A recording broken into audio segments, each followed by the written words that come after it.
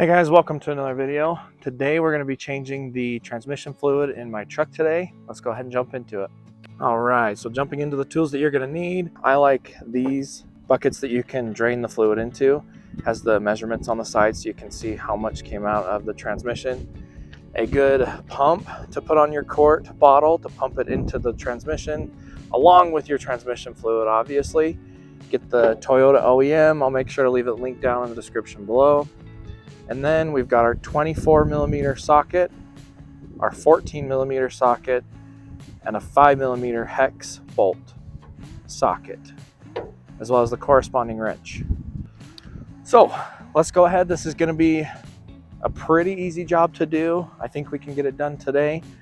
In addition to those tools, you're also going to need a wire, copper wire, or a big paper clip like this guy to jump the OBD2 connector underneath your dash to get the truck into transmission temp check. So the steps are going to go as follows. We're going to drain the fluid, then we're going to fill it back up with a little bit extra, and then jump into the cab, get the truck into that temp check mode to make sure that the truck realizes that we did the service. So I'll make sure to bring you guys along for each step, and let's go ahead and get this job done.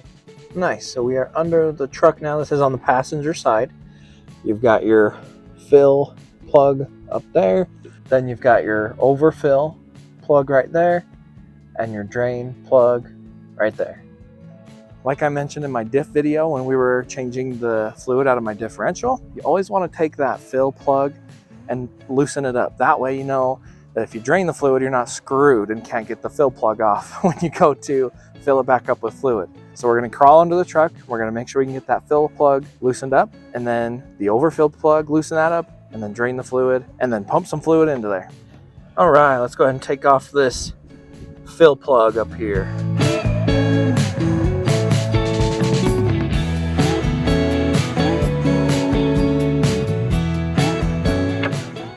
Now we can go ahead and get our bucket and place it underneath the drain plug here, the 14mm drain plug. And now let's go ahead and drain our fluid.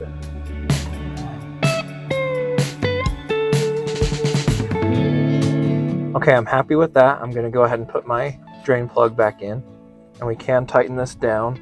I'm also going to pop up on the screen torquing these down. When we do torque these down, it's going to be 15 foot-pounds, 15 foot-pounds here, and blank foot-pounds up here. I'll put it on the screen. Look at all that nasty transmission fluid. As you can see right here, we drained about 2.93 quarts here, and that means we got that first part of this process done. We've drained our fluid. Now, we're going to go ahead and fill the transmission back up with the fluid, making sure to fill about 1/3 of a quart over what we drained. So I'm going to put in 3 quarts plus a little bit more. Let's do it.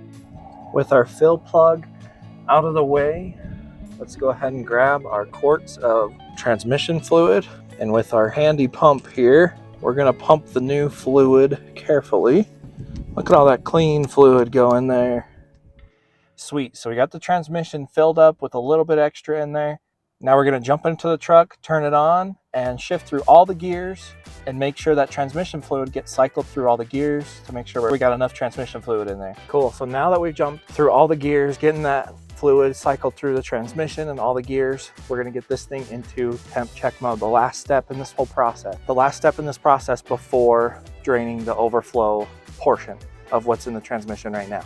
So with your wire, with your paper clip, jump number 4 and number 13. I'll pop up an image on the screen here, a little video showing you what I've done underneath the dash. Once you've got your wire or your paper clipped jumped from number 4 and number 13 in the OBD2 connection, we're going to start the truck and go from park into neutral.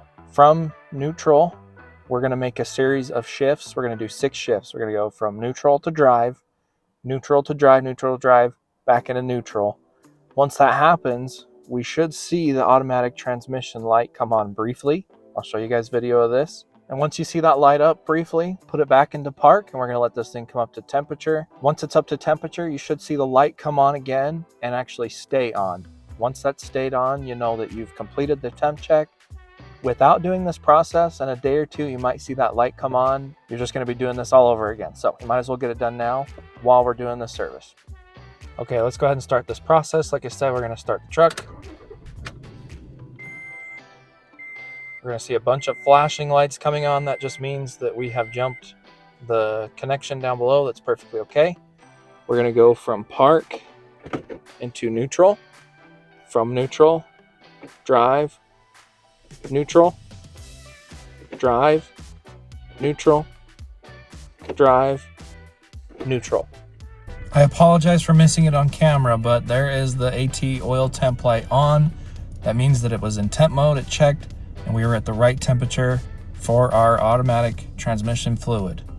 So now we can jump under the truck again and check our overflow plug. And one thing to note, if your AT temp light were to start blinking, it means that it's surpassed that level. It's too hot for checking, and you need to turn off the truck and allow the truck to cool down for half hour to an hour at least before starting that process again.